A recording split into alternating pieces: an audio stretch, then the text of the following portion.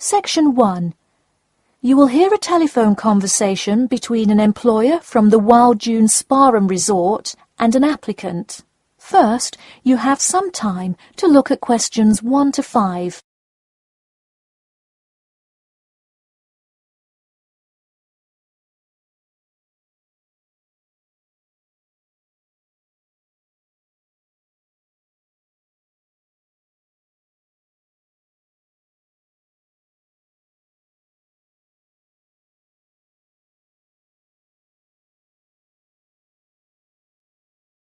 You will see that there is an example which has been done for you. On this occasion only, the conversation relating to this will be played first. Hello, is this John Murphy? Hi. Yes, it is. Hi, John. This is Ed Heisenberg from the Wild Dune Spa and Resort, calling about your application for our lifeguard position. Do you have a few minutes to talk? Yes, absolutely. The employer says that he is calling about the application for their lifeguard position. So, lifeguard has been written in the space. Now we shall begin. You should answer the questions as you listen, because you will not hear the recording a second time. Listen carefully and answer questions 1 to 5. Hello, is this John Murphy? Hi. Yes, it is. Hi, John. This is Ed Heisenberg from the Wild Dune Spa and Resort, calling about your application for our lifeguard position. Do you have a few minutes to talk? Yes, absolutely. Great. Could you give me your address? Sure. My address is 45 Elsinore Court. I'm sorry, was that Eleanor? Could you spell that for me? Sure. It's Elsinore. E-L-S-I-N-O-R-E. Okay, thanks. And is this the number we should reach you at in the future? 099885767? No, that's my home phone. But let me give you my mobile number instead. 077 896 245. Call me on that one. Okay, I'll make a note of that. Could you tell me your availability? Sure. I'm usually available during afternoons or weekends. I'd prefer not to be scheduled on weeknights because I work part-time as a waiter. That shouldn't be a problem, since we don't stay open very late anyway. And do you have any other employment experience? Yes, I've worked at a few other places. I was the baseball coach at Richmond High School last season. I see. And do you have any other experience that you would like us to note on your application? Yes. Last year I worked at the beach as a rescue diver. Rescue diver? That sounds intense. Well, it's really just like being a lifeguard, except in the ocean instead of pool. So kind of like being a lifeguard at the world's largest pool. I see. Before you hear the rest of the conversation, you have some time to look at questions 6 to 10.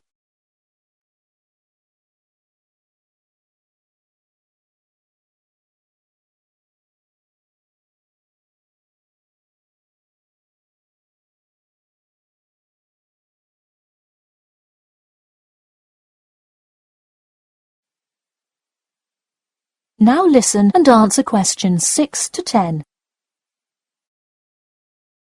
So could you tell me about the relevant skills you have? I'm guessing a lot given your experience. I'm CPR certified and have 2 years of diving experience. Great. It sounds like you are well qualified for this position.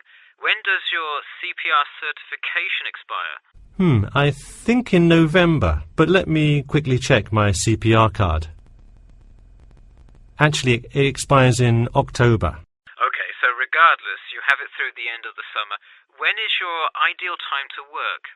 Since I work in the restaurant on weeknights, I like weekends best, specifically Saturday mornings. I see. We do already have a lot of staff available on Saturdays, but I do need an early morning shift lifeguard. How early could you work Saturday morning? I can get there by 6 o'clock if need be. You'll be happy to know we open a little later than that, but I'll put you down for Saturday mornings here. Oh, awesome. I can't wait to get started. How about you come in next Saturday, the 12th? That sounds good. Great. We can figure out other shifts for you to work when you come in then. One last thing, just out of curiosity, where did you hear about us? I heard your ad on the radio while I was driving this morning. You know, I think you're the first person who has responded to our radio ads. It's almost always people who have seen us in the newspaper.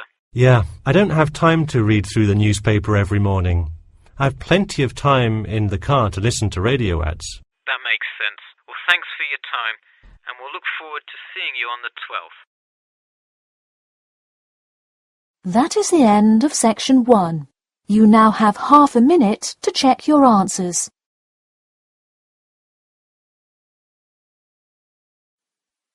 Section 2. You'll hear part of a free class about safety around campus. First, you have some time to look at questions 11 to 14.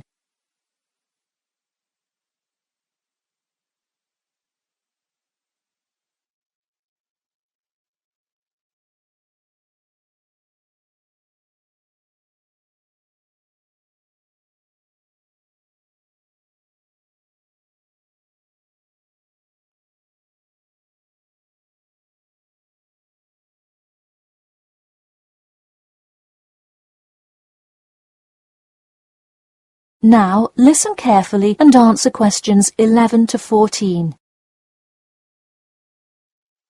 Good evening. I'm Geoffrey Miller from the University of Nottingham Student Union, and in this week's free class, Carlos Garcia is going to tell us about safety around campus. Over to you, Carlos.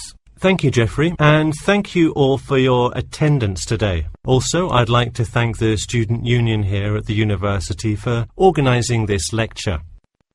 Well, I've been serving and protecting the City of Nottingham for over 20 years now as a member of the police department. Does anyone know what type of crime is the most prevalent on campus? I heard someone say drugs and alcohol. That actually isn't too much of an issue.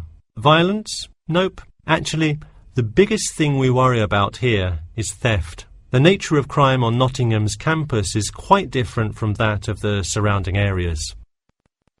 Crime rates across the East Midlands are very difficult to control. We'd like to see the rate stay the same for this calendar year, but it has been increasing steadily over the past 3 years. On campus, however, I'm happy to say that the overall crime rate has fallen this year. You wouldn't think so if you've seen the extremely exaggerated stories in the media. The media has done nothing but cause more concern about crime in our area. Even the crime shows you see today are a little bit far-fetched, but at least viewers know they're not real events. We'd really like to see more factual news articles out there so the public can have a rational sense of the safety level of our society. Before you hear the rest of the talk, you have some time to look at questions 15 to 20.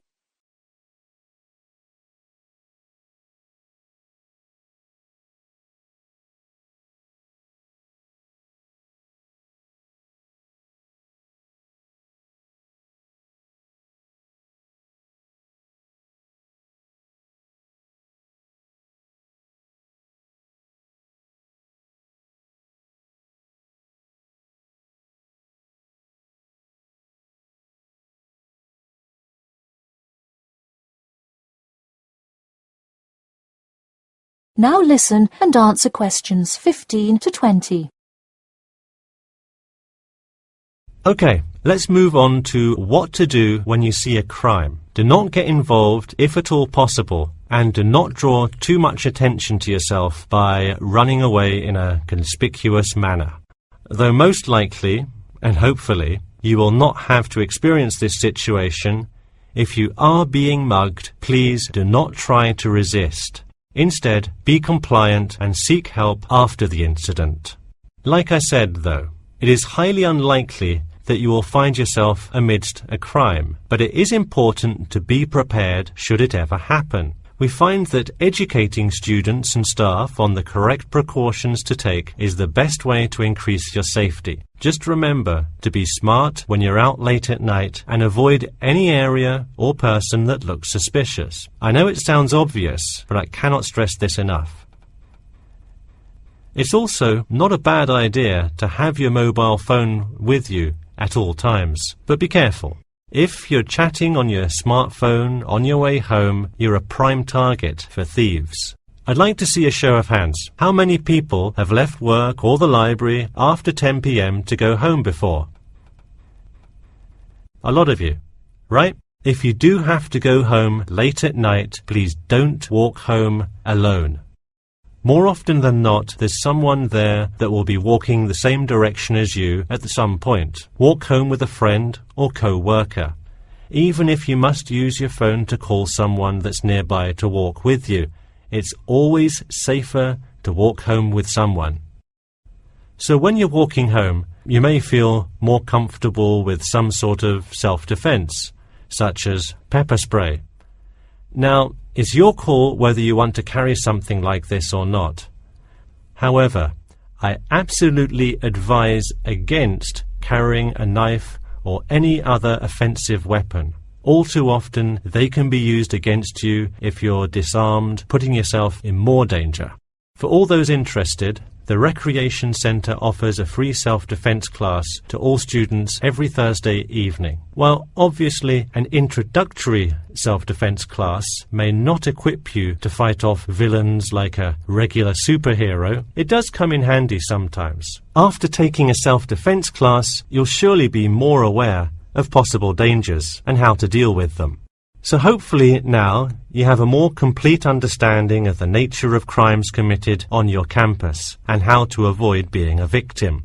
I know most students at the University of Nottingham are not the criminal types, but remember that there is no barrier like a wall or something keeping non-students out. There's no army force securing the borders, and I doubt anyone wants it that way.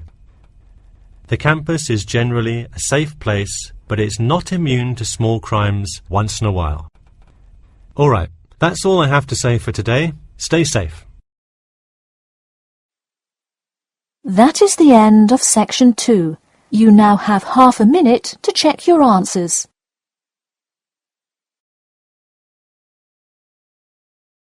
Section 3.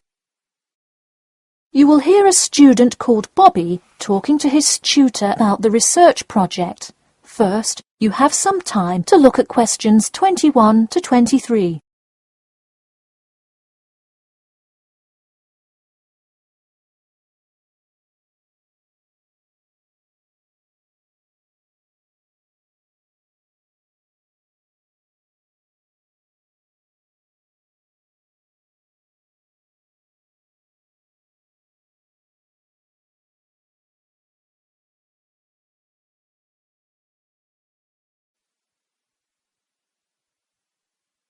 Now, listen carefully and answer questions 21 to 23.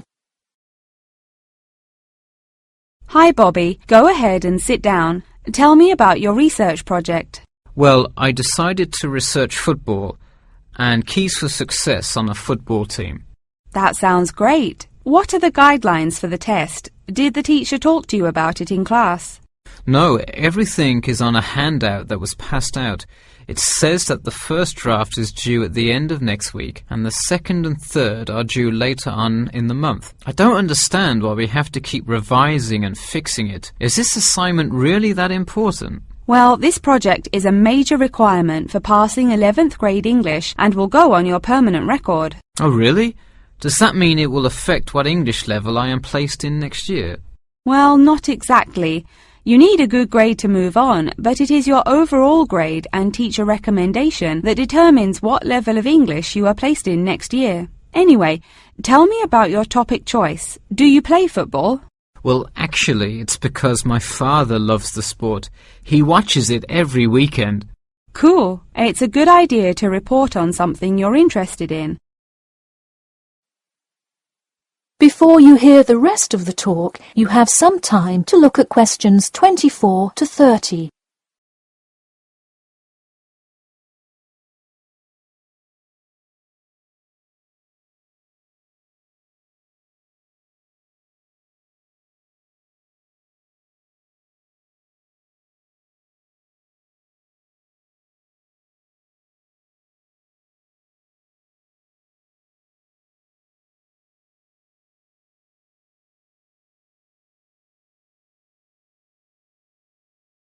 Now, listen carefully and answer questions 24 to 30.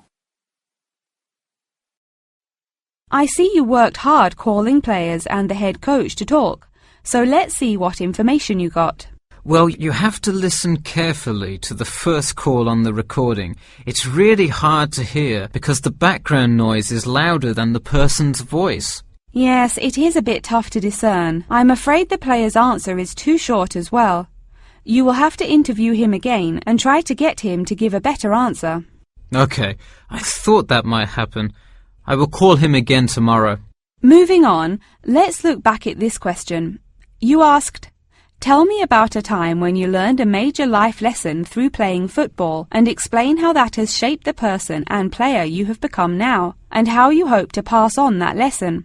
It is a great idea for a question, but in an oral interview it is far too complex. I would advise you to break it up into multiple parts to get a better response. I guess you're right. I wouldn't want to have to provide an answer to a question like that. I will simplify it. I found that when I asked players this question, it took too much time because they were struggling to answer the question completely. In fact, this is the question Joe Billings was answering when the tape ran out. He did tend to ramble on all the questions, didn't he?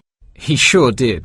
I would recommend that when you go back and interview players again, that you use a more sophisticated recording device. This recording is spotty, which indicates that the equipment wasn't working consistently. Okay, I guess it probably wasn't the best idea to use the sound recorder on my phone. Hey, could you give me some feedback on the content of the report itself? Sure. Let's start by focusing on your topic. While I like that you chose to cover football, it seems inexplicit. The keys for success of a player and team is quite an interesting topic, but what is your thesis? That is to say, what conclusions can you draw from your research? I would suggest coming up with a strong thesis statement and then shaping your report based on that. Is it really too vague? I put a whole lot of facts into it. I list the top 10 goal scorers in football history and later on provide statistics for a few of the most famous coaches and their records as coaches. I think that's great that you included these facts, but I think you focus too much on the facts and not enough on connecting these facts to make your point. Ah, I see. Okay.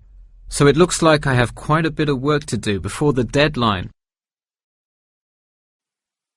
That is the end of section 3. You now have half a minute to check your answers.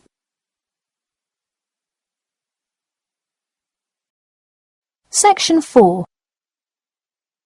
You will hear part of a lecture about how to give a quality speech. First, you have some time to look at questions 31 to 40.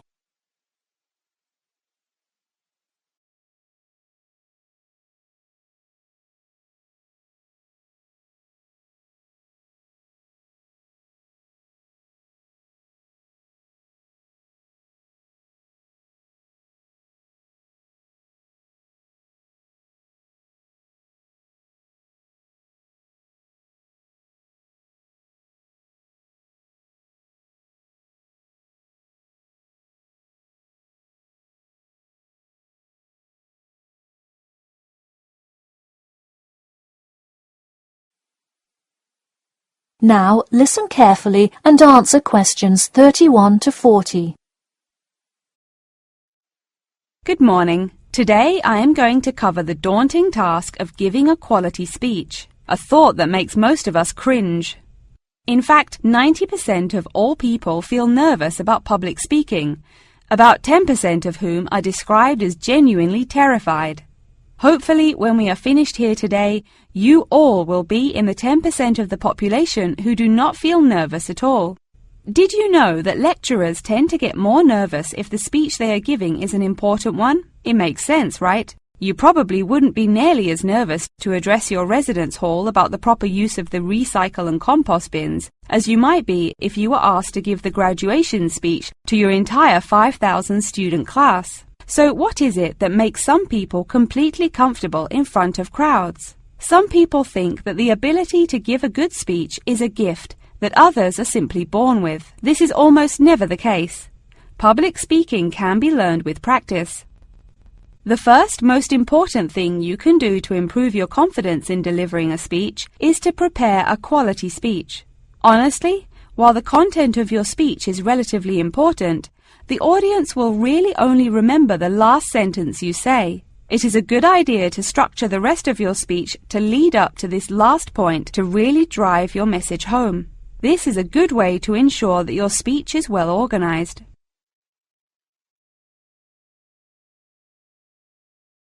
Once you are confident in the quality of the speech you have written, the rest is just about your stage presence. Let's go through some do's and don'ts of public speaking. First, you want to command the attention of the room. Do not, I repeat, do not proceed with your speech until the audience is paying attention. Even Martin Luther King Jr.'s I Have a Dream speech wouldn't have made any difference in the world without the undivided attention of his audience. To continue with the I Have a Dream example, one of the reasons that MLK was such an effective orator was his ability to speak with passion and engage with his audience. That sort of charisma does not come from reading straight from paper. Don't get me wrong, it is a good idea to write your main ideas down on a note card, sheet of paper or something. But one factor that will consistently lead to a boring, forgettable speech is writing down your entire speech. Do not write your full speech down. If you are constantly reading your paper, you are not making eye contact with your audience, and thus failing to really express the feeling that goes with your ideas. I advise you write 1 or 2 ideas, so if you suddenly draw a blank, you have something to jog your memory. If you've written a good speech that you believe in, those ideas should be sufficient to keep you on track.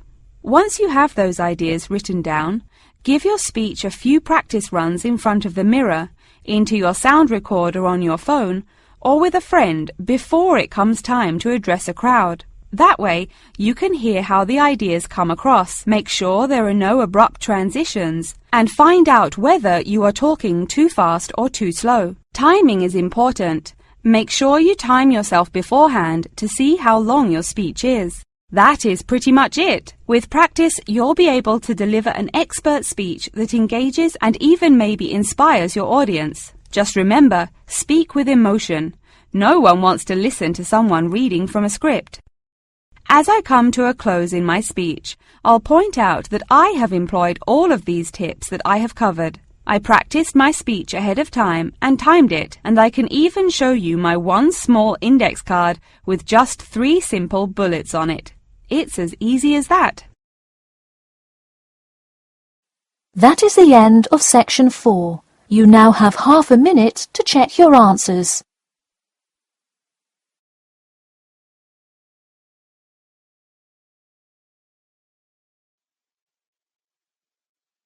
That is the end of the listening test.